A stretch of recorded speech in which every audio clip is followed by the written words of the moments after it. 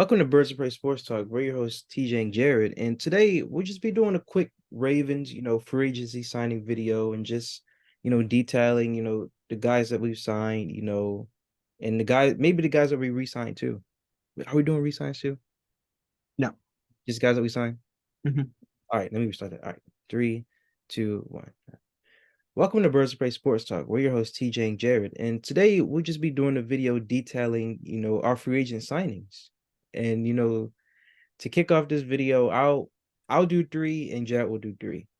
So the three I'll start off with is we signed Rock Yassin, who notably used to play for the Indianapolis Colts.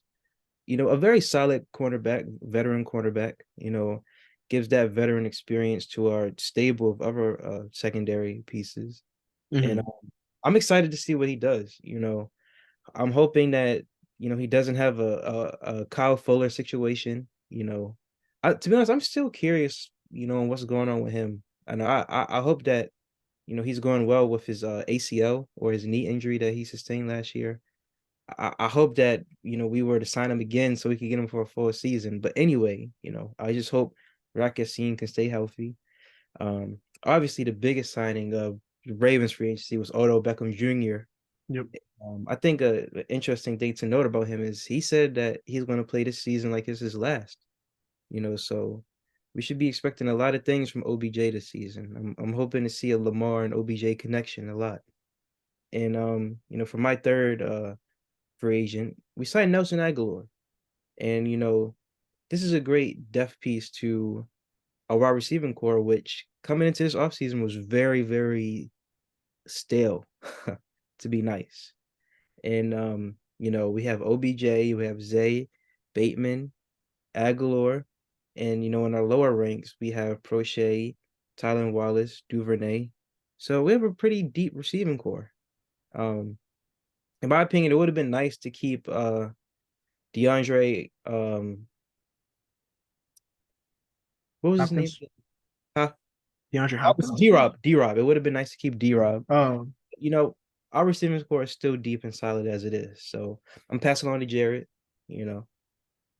so for more recent signings, to begin, July with the beginning of training camp. I'm also going to mention some moves we made, not just signings. We placed guard Andrew Voorhees on the active slash non-active football injury list.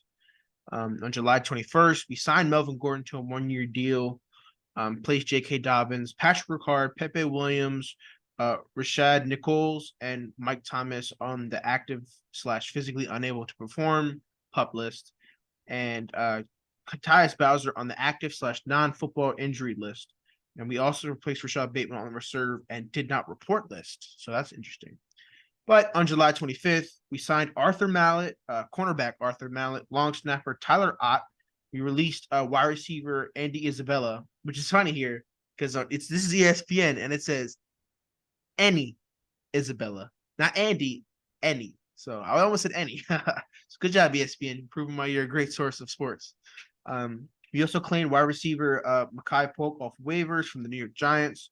We also released Mike Thomas, which is funny because we released him from the unable to the pup list with the injury settlement, and also placed Nick Moore on the active slash non-football injury list, which is kind of upsetting just because he tore his ACL, or sorry, he tore his Achilles, which is terrible. So we're gonna be looking for our long snapper, and it's that's an important position. That's a very underrated position. You got to be a good long snapper in the league. Got to get the ball to the punter or get the ball to the holder, whatever. Or for our JT's, legendary kicks he seems to make every year. So, going to be a interesting little battle for the long snapper this season. Obviously not a lot of moves with training camp starting. They got training camp at the facility right now. They obviously have the one at the stadium. And I guess I actually want to ask you, how do you feel about this whole J.K. Dobbins situation? Because it isn't really J.K. Dobbins anymore. It's the running back room, like all of it, like in every single team, like it's the running backs. Like, how do you feel about this situation? It's definitely crazy and unfortunate, very unfortunate timing, especially for a guy like J.K. Dobbins, who let's just be honest, he hasn't been dealt the best cards when it comes to being a running back. I mean, had a season-ending injury the season of 2021, in which arguably he shouldn't have played in that game. Right. And then last season he was brought on very slowly, and you could tell he was frustrated because he wanted more carries, especially in the Bengals game. And so, J.K. Dobbins is a very, very talented back. And I mean, there's a stat line. I've said this like 1,000 times in our Ravens video. He averages like 6 yards per carry. Very, Yeah. very productive running back. And I feel like he can be a top 10 running back in the league if given a full season, but he hasn't been dealt those cards yet. So when it comes to him, wanting a new contract, it's going to be hard to convince the Ravens that. Right. And that just goes to show for the rest of the running back, especially the running back market, it's a very replaceable position. I mean, you have the top running backs in the league struggling to get a contract. I mean, you just had Right. Saquon Barkley struggling to make a contract. They franchise tagged him for 10 million. He signed a new contract for 1 year and 11 million. I mean, so he basically didn't change in the money that he was getting.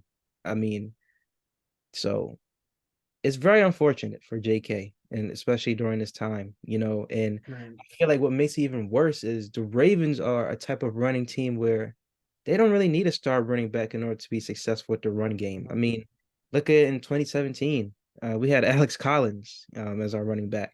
You know, Right. 2018, we had Kenneth Dixon, and we had an unknown Gus Edwards at that point, and Right. we just had a running back by committee, and we were still able to be successful with the run game. So all in all, it's just very unfortunate for J.K. Dobbins. He has two things, but poking him at the same time, and so I hope he can stay in Baltimore because he's a very talented piece of a team. But this is a business at the end of the day, and Yeah. guys are looking out for themselves and their family. So Right. whatever happens, happens. Yeah, and I think it's honestly a 0% chance he stays with Baltimore. Let's be real. They're gonna select a running back in the draft this year or next year or the year after, whatever. Um, I mean, it could happen, but he doesn't have the the fifth Leverage. year option. Yeah. I was gonna say the fifth year option, and no, he doesn't have the leverage. Just because most of the time he's been with us, he's been on the injured reserve or not being able to play or held back, and it's like held back is more under our control. But you know, we have a if he plays this like that 2021 season and then 2022, we have a star running back on our hands. Let's be real. But I mean, with the meeting that they had and everything, it's just like it's one of those where it's like, yeah, you can have that Zoom meeting, yeah, you can do this and the third, but what can they really even do? Because let's say all of them hold out. All of them hold out. They all are like, we're not playing because you're not paying us. Running backs are easy to find. I'm telling you. There's a lot of talented running backs. Like there's a lot of probably backups that could be starters. Like Gus, that's a perfect example. Gus could be a starter in like a lot of teams that Yeah. don't have a running back already. So it's like there's gonna be running backs out there licking their chops if they hold out. Like this is our shot to get a chance. And you know, the running back position just is getting less and less value just because of how good, a lot of these running backs are coming out of the draft or whatever it is, and it is unfortunate, to kind of see a position's value dying like that. And I mean, I think they deserve to be paid, Yeah. especially these stars like Derrick Henry and Saquon and Jacobs and all that. But I mean, it's a difficult and sensitive topic to talk about because I mean, we're not running backs. We, obviously, me and you are both not football players. We don't understand the weight of the situation, and like we're looking at guys like Dalvin Cook can't even get a contract. Yeah. Ezekiel Elliott, he can't even get a contract. I mean, Ezekiel Elliott's more towards the back end of his career, but I mean, Dalvin Cook was really good for the Vikings last year, and they cut him to save money because they have talent otherwise. So Yeah. it's like it's interesting and it's upsetting in a way, but I mean, at the same time, you're playing the most expendable position in the NFL. Probably besides like maybe even a punter or whatever. So I don't know what they're gonna do about it. There really is nothing you can do about it. It's just the way the market is.